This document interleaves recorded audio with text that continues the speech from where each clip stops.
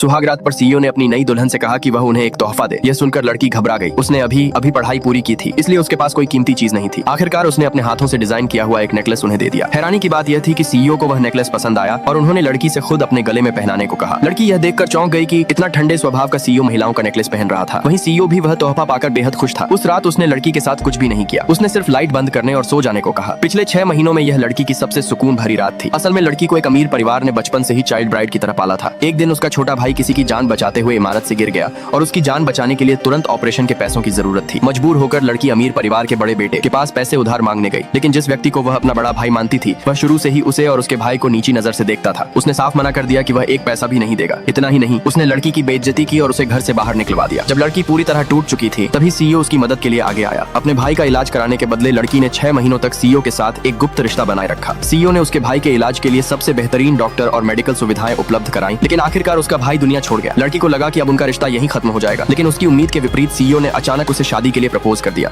उसने बताया कि उसके दादाजी की आखिरी इच्छा थी कि वह शादी करके अपना घर बसा ले। लड़की ने कहा कि दोनों की हैसियत में बहुत फर्क है। यह सुनकर सीईओ ने भारी भरकम दहेज देने की बात कही और यहाँ तक वादा किया कि अगर कभी तलाक हुआ तो अपनी आधी संपत्ति भी उसे दे देगा। हालांकि लड़की जानती थी कि सीईओ उससे प्यार नहीं करता, लेकिन उसने उसके एहसानों को देखते हुए शादी के लिए हाँ कर दी। उसने किसी भी तरह का दहेज लेने से भी इनकार कर दिया। शादी रजिस्टर होते ही सीईओ ने मैरिज सर्टिफिकेट अपने पास सुरक्षित रख लिया। असलियत यह थी कि सीईओ कई सालों से लड़की से चुपचाप प्यार करता था। 4 साल पहले जब लड़की ने कॉलेज प्रवेश परीक्षा पूरी की थी तभी सीईओ पहली बार उसके घर गया था और उसे पहली नजर में अपना दिल दे बैठा था, लेकिन उस समय उसने अपनी भावनाओं को दबाकर रखा। अब जब वह आखिरकार लड़की को अपनी पत्नी बना चुका था तो वह उसे कभी खुद से दूर नहीं जाने देना चाहता था। शादी के अगले दिन जब लड़की उठी तो उसने देखा कि पूरा घर उसकी पसंद के अनुसार सजाया गया था। ड्राइंग रूम महंगे लग्जरी सामानों से भरा हुआ था। नौकरानी ने बताया कि यह सब सीईओ ने उसके लिए खास तौर पर तैयार करवाया है। दोपहर में ऑफिस जाते समय लड़की को उसकी दत्तक माँ का संदेश मिला। उसने बताया कि परिवार के दादाजी का 80वां जन्मदिन मनाया जा रहा है और वही एकमात्र व्यक्ति थे जिन्होंने हमेशा उसे और उसके भाई को सच्चे दिल से अपनाया था। लेकिन अगर वह इस परिवार से रिश्ता खत्म करना चाहती है तो पहले उनके पालन पोषण का कर्ज चुकाना होगा। जब लड़की को पता चला कि दोनों बच्चों की परवरिश पर लगभग $20 लाख खर्च हुए थे